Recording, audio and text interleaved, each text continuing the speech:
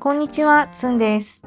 今回はお片付けサポート企画第1弾、お友達の紹介でお部屋を片付けたいという方のお宅にお邪魔してきました。年末でね、片付けスイッチが入ってるって方も多いんじゃないかなと思うので、少しでも参考になれば嬉しいです。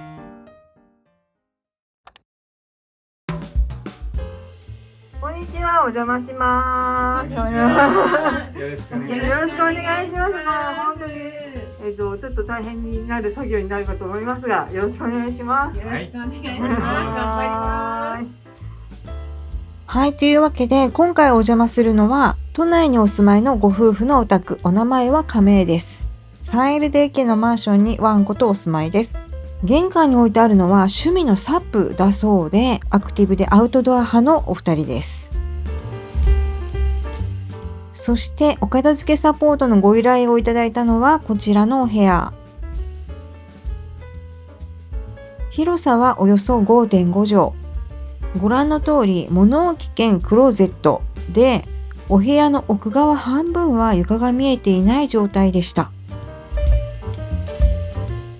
木製のタンスはお気に入りで、ご夫婦2人のお洋服が入っているそうですが、引き出しがちょっと閉まってないですね。で、反対側に置いてあるスチールラックにはアウトドア用品や工具類。よく見ると棚には隙間があるので、収納の仕方を変えれば収まりそうな気もしました。花子さんはずっとどうにかしたいと思いつつ、共働きで時間もないということもあって、気がつけばこんな状態になっていたそうです。とにかくすっきりさせたいということでご依頼をいただきました。で、お部屋についているクローゼットの中はこんな感じ。上段はバッグが無造作に置かれ、衣装ケースの上にも入りきらないものが積まれていました。一番左側の衣装ケースが斜めになっているのも気になりますね。サイズが合っていないのかなと思ったんですけど、右側の隙間にも荷物が入っているのが原因でした。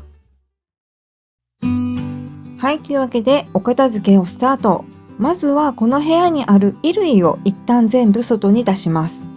お伺いする前に LINE で画像を送ってもらった時には、スチールラックにも服がちょい掛けされていて、太郎さんがこの部屋で着替えをされているということだったので、だったらいっそのことこの部屋をクローゼットルームにしてしまって、工具類をクローゼットに収めた方が快適なんじゃないかなと思っていたんですが、実際に現場を見たら工具類の方が明らかに多かったです。クローゼットもね、奥行きが浅めのタイプだったので、工具類をクローゼットに収めるっていうのは無理そうでした。はい、でタンスの中は引き出しごと移動しました。はい、でリビングに広げられるスペースを確保してもらいました。LDK はとってもすっきりと片付いています。なので決して片付けられない2人ではないってことですよね。はい、ではリビングに衣類を全部広げていきます。こうして一気に全部広げた方が持っている服の量を把握できるっていうことと、この後の仕分けや収納もしやすくなって結果的に早く終わるんですよね。ワンちゃんかわいい。笑ってるよ、すごく。ワンちゃんはいつもと違う状況が楽しかったみたいで、ずっとはしゃぎっぱなしでめちゃめちゃ可愛かったです。はい、そして全部出した衣類はこんな感じになりました。じゃあ仕分けますか。はい、仕分けます。ちゃっちゃと。はい。で、1年以内、1年以上着てないものと、いらないものと、いらないものはもう即決で、ゴミ袋かなんか出しときましょうか。あります。はい、ここに。いらないものはもう即決でゴミ袋に速攻でいいんですけど、いるもので、1年以内か1年以外か。一般的にはいる、いらない、保留の3つに分けるんですけど、太郎さんは捨てられないタイプとおっしゃっていたので、まずは不要、1年以内に着た、着ていないの3つに分けてもらうことにしました。で、もし着なかった服が多かったら、またそこから残す、手放すを選択してもらおうと思っていました。その結果、今回手放す服はお二人でゴミ袋1つ、そしてこちらが花子さんの残す服、そしてこちらが太郎さんの残す服となり、残す服の中にここ1年で着ていない服はないという結果になりました。これこうやって丸めてこういう感じで大丈夫、いいですか？ひとまず季節ごと種類ごとに分類してそれぞれの収納エリアにしまってみることにしました。毎年の衣替えは衣装ケースとタンスとかけるエリアでゆるっと入れ替えているそうなので、シーズンオフの夏物は衣装ケースの中に、今の季節の服はタンスの中に入れていきます。結論から言うと、畳み方を整えたら全部すっきりと収まって、外に出ていた衣装ケースも半分以上は空になりました。ゴミ袋一つ分手放したとはいえ、クローゼットと一竿のタンスに2人分の衣類が収まったので、お二人の場合は特段衣類が多いというわけではなく、収納方法に多少問題があっただけみたいです。お二人とも迷ったり悩んだりすることもなく、判断もめっちゃ早くって、特に花子さんはサクサクと捨てる決断をしていました。おかげで衣類の見直しにかかった時間は2時間半。予想以上に早かった。ここでお昼休憩を挟んで物置の方へ取り掛かります。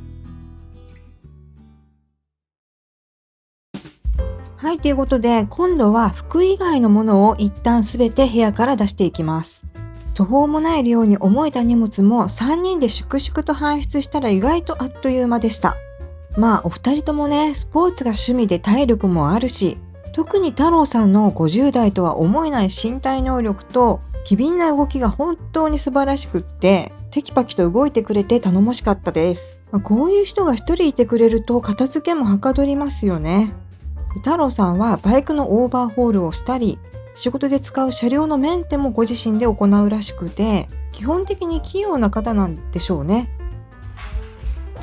これバズるかもしれませんよとか言ってすごい簡単に作れる DIY で、これ端材ですか？いや、その糸切れ1枚買っただけですね。それをホームセンターでカットして DIY もお手の物。このダイソンスタンドも太郎さんが作ったそうです。花子さんがこんなの作ってほしいと言えば、いとも簡単にちゃっちゃと作ってくれるんだとか、なんとも羨ましい。はい、そんな話をしている間に全ての荷物の移動が完了しました。数年間掃除機がかけられなかった部分は当然ホコリも溜まっているもの。ここでも太郎さんは誰に言われるでもなく率先してお掃除をスタートさせていました。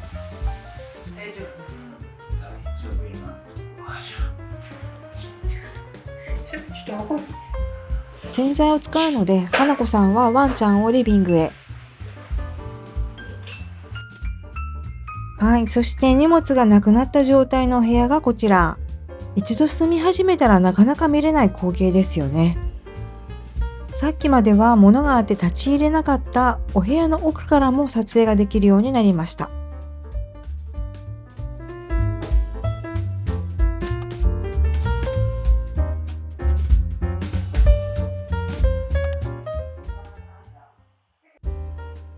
一方、搬出されたもので溢れたリビング。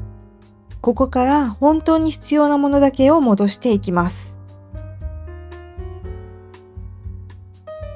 入れ方を考えないと。そうですね。まずサップ。さすが太郎さんは早速戻し方を検討していました。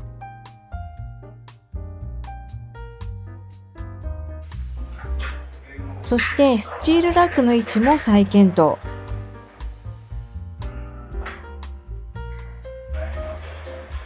少し悩まれていましたけどね、手前は着替えのスペース、奥側を物置にすることに。この時点ではね、どれぐらい物が減るかわからないので、まずは使うものを仮置きしていきます。荷物の大半は太郎さんのものなので、残すか手放すかは太郎さんにしか判断できません。私は戻すお手伝いをしながら見守ります。とはいえ、太郎さんはここでもポテンシャルを発揮。すごい勢いでどんどん戻されていました。太郎さんは今回の片付けに気が重かったとおっしゃっていたんですけど、これだけテキパキ片付けられるのにどうして今まで放置していたのか、不思議に思って尋ねてみたところ、物置だからと片付けの必要性を感じていなかったと言っていました。気になるかどうかの基準って本当に人それぞれですよね。花子さんの依頼がなければずっとこのままだったかも。いいんじゃないもうさすがに。金とかでね、価値がある。売らないから。売らねえしもう。じゃあ捨てよう。捨てるか迷う太郎さんを諭す花子さん。お二人のやりとりが微笑ましい。はい、そしてだいぶ片付いた頃、花子さんはワンコのお散歩へ行きました。あとは細かな荷物を残すだけとなりました。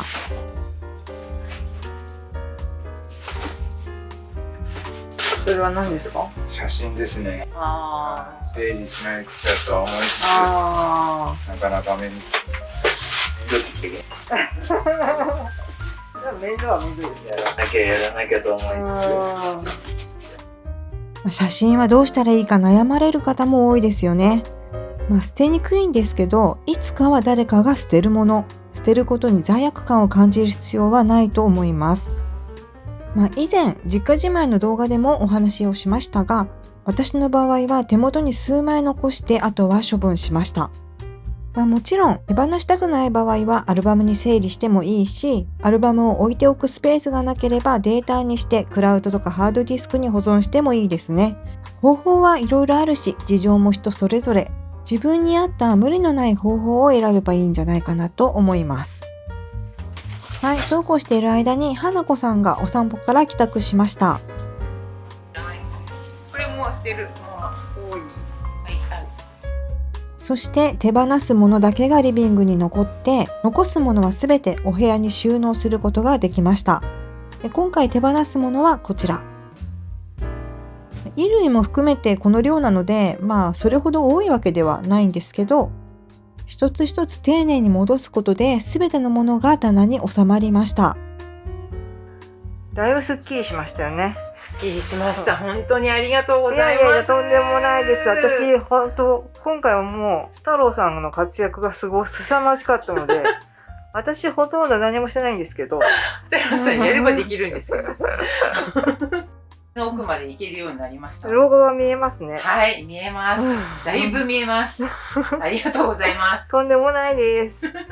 私はお尻を叩いただけという結果になりましたけど。いや、もうそれが大事なんで、本当に感謝です。これどうします？この先、本当だったら見た目、雑多な感じをもうちょっとすっきりさせたいとかっていう話になれば、ケースとかもね、ちゃんと提案しますけど。とりあえず物置というところはあるらしいんで。ですね。はい。今回はここまでで大丈夫かなと思います。大丈夫ですか？はい。いや、すっきりしてよかったです。本当にありがとうございます。いい年末が迎えられます。本当よかった。年内に間に合ってよかったですよね。はい。はい、ありがとうございます。ありがとうございます。はい、こうして奥側半分は足の踏み場がなかったお部屋も、ちゃんと奥まで床が見える状態になり、すべてのものにアクセスできるようになりました。衣装ケースが斜めになっていたクローゼットも、横の隙間に入っていた荷物を見直したらまっすぐ入るようになりました。当初はね、1日では終わらないと思っていたんですが、太郎さんの大活躍により衣類も含めてトータル5時間半で完了しました。あと太郎さんは問題ないとおっしゃっていたんですけど、お部屋に置いてある衣装ケースは横から引き出すタイプの方がおすすめなことと、スチールラックの棚は入れるものの高さに合わせて調整したり棚を増やしたりすればより使いやすくなることなどをアドバイスさせていただきました。後日花子さんから嬉しくて何度も部屋を見に行ってしまいますと LINE が送られてきて、もうその気持ちわかると思って私も嬉しくなりました。今回は私も初めてのお手伝いサポートということで、片付けながらの撮影にわたわたしてしまい、カメラの設定をちょっと間違えて途中フリッカー現象が出てしまい、お見苦しくてほんとごめんなさい。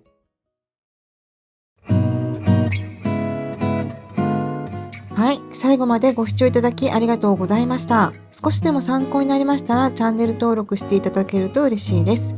それではまた次の動画でお会いしましょう。